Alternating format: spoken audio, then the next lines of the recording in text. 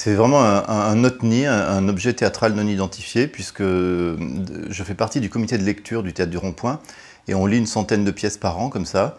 Donc j'en ai lu 500 depuis 5 ans que j'y suis. Et souvent on se dit, oh là là, oui, pas mal, hein. Et puis des fois, ah, c'est bien, etc. Et un jour, on tombe sur un texte. Et on dit, ça, c'est un auteur vivant qui a écrit ça, c'est extraordinaire. Et on se bat pendant 2-3 ans pour pouvoir un jour le créer. Voilà, je fais très vite l'histoire, mais c'est tout un... Défendre un auteur vivant aujourd'hui parce qu'on pense que c'est un grand auteur de comédie, il n'y en a pas tant que ça, et en plus avec une troupe de 9 comédiens, donc une grande troupe. C'est l'histoire d'un homme qui est tellement jaloux, Hervart, le rôle titre, qu'il n'en perçoit plus le réel normalement, il a des hallucinations. Et tout un catalogue de monstres, d'humains trop humains, comme dirait Nietzsche, vont débarquer sur le plateau. Donc l'auteur Hervé Blutch s'amuse à faire le portrait de toutes les déviances humaines, mais avec un humour fou, un rythme endiablé. Là, c'est un Labiche d'aujourd'hui, mais déjanté, qui parle en même temps du terrorisme, qui parle, mais d'une façon complètement... qui fait du bien aujourd'hui. Il parle des sujets qui font peur, mais il en parle d'une manière où on se révolte, on résiste par le plaisir, grâce à ça.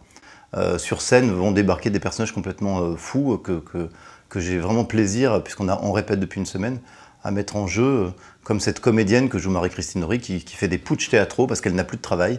Et donc elle s'impose dans des pièces, elle débarque sur les plateaux de théâtre en proposant des choses. Et tous les acteurs éberlués la regardent en disant « mais vous ne faites pas partie de la distribution ».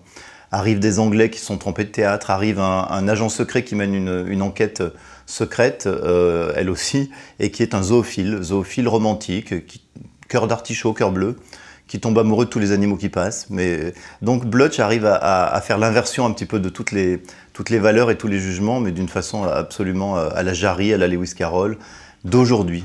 Donc je trouve que c'est quelqu'un qui nous fait du bien parce qu'il nous guérit en appuyant là où ça fait mal et là où ça fait rire en même temps. C'est une vraie fidélité qu'avec la Croix-Rousse, et du coup, depuis, j'ai joué à la Croix-Rousse quand on a commencé, il y a 25 ans, et puis là, avec Jean Lacornerie et Anne Meillon, c'est un vrai plaisir de voir cette amitié travailleuse entre nous et puis entre le public de la Croix-Rousse et ce plateau qui est magnifique. Enfin, moi j'adore ce lieu parce qu'on peut là rêver toutes sortes d'histoires et y revenir avec des choses très différentes, hein. On aura fait En attendant Godot ou Sainte dans l'incendie dans la petite salle. Puis là, on revient avec cette grande comédie complètement folle, où je suis très heureux qu'on commence là. Et rendez-vous bientôt, rendez-vous en octobre en tout cas, pour partager ça.